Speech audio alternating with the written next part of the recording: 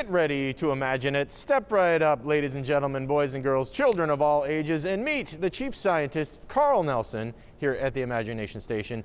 And you have something that I have attempted before, and I have failed time and time again. But this time, you think I'm going to succeed in doing it. Why is that? Practice makes perfect. I don't know. You'll be fine. Okay. So, I don't know, if you've ever been in a car, we're going to talk about like some basic physics. If you've ever been in a car and the passenger and the driver makes a sudden left-hand turn, you feel like you're being thrown into the door. But what's really happening is your body is an object in motion. You're driving straight down the road. It wants to continue going in straight motion. It's the car that is crashing into the side of you. And that door pressing on you is what's making you turn into the circle. Okay, we're going to use that idea for something, the classic physics demonstration called the Greek waiter's tray. Right. Now, supposedly, the idea here is that Greek waiters navigating crowds would have a drink or something. So you would think I would be natural at this. You'd think this would just be instinctive. But we're going to attempt something that I don't think the Greek waiters ever did, which is instead of just kind of doing this number, which, I mean, anybody can do that. Even I can do that. Oh, okay. Even I can do this. The tricky part is to get this going fast enough that when it goes over the top, the tray is pushing down hard enough on the cup to keep it moving in circular motion. Okay. Now this is our practice model. This is about 300 grams. It's about like 8 ounces, 6 ounces of water. I'm going to give this to you. Oh, no, I thought you were going to give a technique. Here. Okay. Technique. Okay. Good idea. What was I thinking? So here we go. So what you're going to do is you're just going to take this and you're going to whip it around and then bring it to a gentle stop. Easy. There you go. I feel like you're one of those guys who sells these and you're like, it's simple, and then you hand it to a kid and it goes all over. I'm going to get out of the way of the heavy weight. You probably should get out of the way.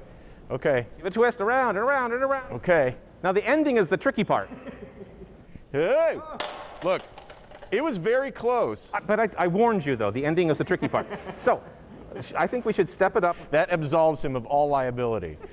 I warned you. So now we're going to do just like the Greek waiters would. We're going to get some drinks on the tray. Get your tray ready, Tony. Oh, great. We're not, and since we're Science Center, we got to add a little flair with some fizzy lifting drinks. Some fizzy carbon dioxide in there. Okay. And so, again, it's the same thing. Now just focus on that ending. The ending is the tricky part.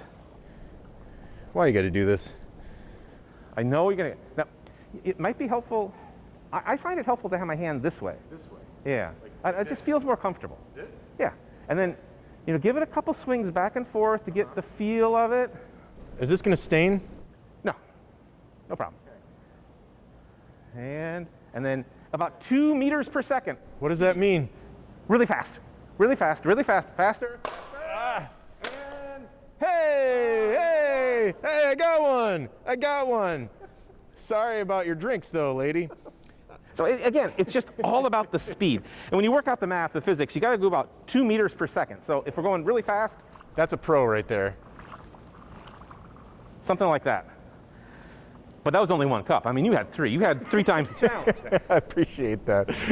All right, so classic physics demonstration that you might even experience just driving to work or driving home. And if you want to demonstrate something like this, you want to show your parents how great you are at spinning liquid upside down, you want to devise something that has 3 points. Super simple. 3 points, define a plane. I just bolted it through an old serving tray, some straps, and there you go. You could do rope, you could do string, as long as it's strong enough to allow you to whip it around like that without hitting yourself in the head. But ask your parents' permission, or do it outside. Yeah.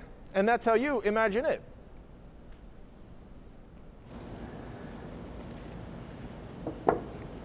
I had high hopes for you.